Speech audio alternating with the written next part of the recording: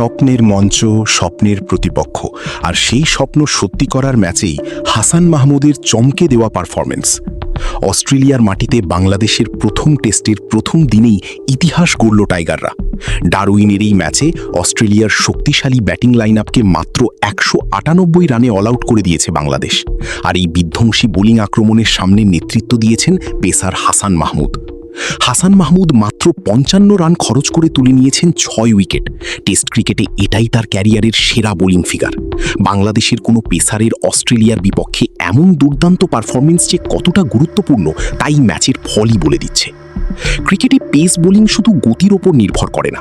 একজন পেসার যখন সঠিক লাইন লেন্থের সঙ্গে সিম মুভমেন্ট, সুইং এবং বাউন্স কাজে লাগাতে পারেন, তখন 135 কিলোমিটার গতির বলও ব্যাটারের জন্য ভয়ঙ্কর হয়ে ওঠে।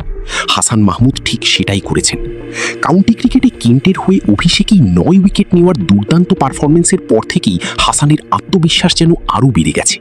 ল্যাঙ্কাশায়ারের বিপক্ষে সেই ম্যাচে তিনি দ্বিতীয় ইনিংসে 6 উইকেট সহ মোট 9 উইকেট নিয়ে কেন্টকে জয় এনে দিয়েছিলেন। আর অস্ট্রেলিয়ার বিপক্ষে আজ সেই অভিজ্ঞতারই প্রতিফলন দেখা গেল। শুরুতে অবশ্য বাংলাদেশের পেসারদের জন্য পরিস্থিতি খুব একটা সহজ ছিল না। অস্ট্রেলিয়ার 2 ওপেনার ট্র্যাভিস হেড ও জেক ওয়েদারাল্ড মিলে দলকে 45 রানের শুরু এনে দেন।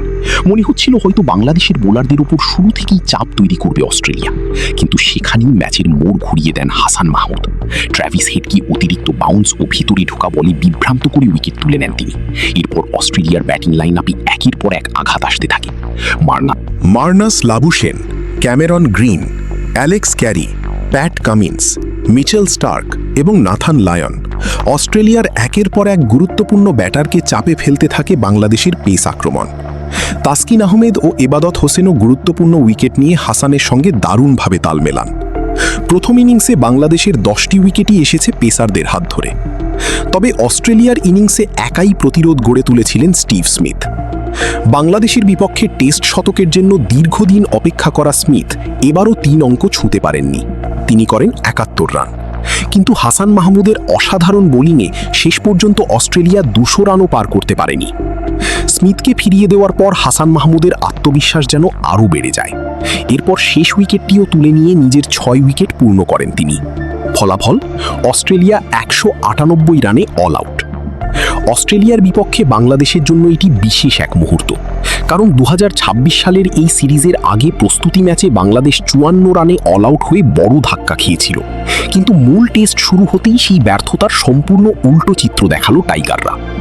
প্রস্তুতি ম্যাচ আর মূল ম্যাচ যে এক নয়, বাংলাদেশ যেন মাঠেই তার প্রমাণ দিয়ে দিল। আরও অবাক করার বিষয়, অস্ট্রেলিয়ার মাটিতে 23 বছর পর টেস্ট খেলতে নেমেই প্রথম দিনে অস্ট্রেলিয়াকে তাদের ইতিহাসের বাংলাদেশের বিপক্ষে সর্বনিম্ন টেস্ট স্কোরে আটকে দিয়েছে টাইগাররা।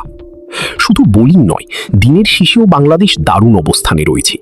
অস্ট্রেলিয়ার 198 রানের জবাবে দিনের খেলা শেষে বাংলাদেশ করেছে 96 রান 1 উইকেটে।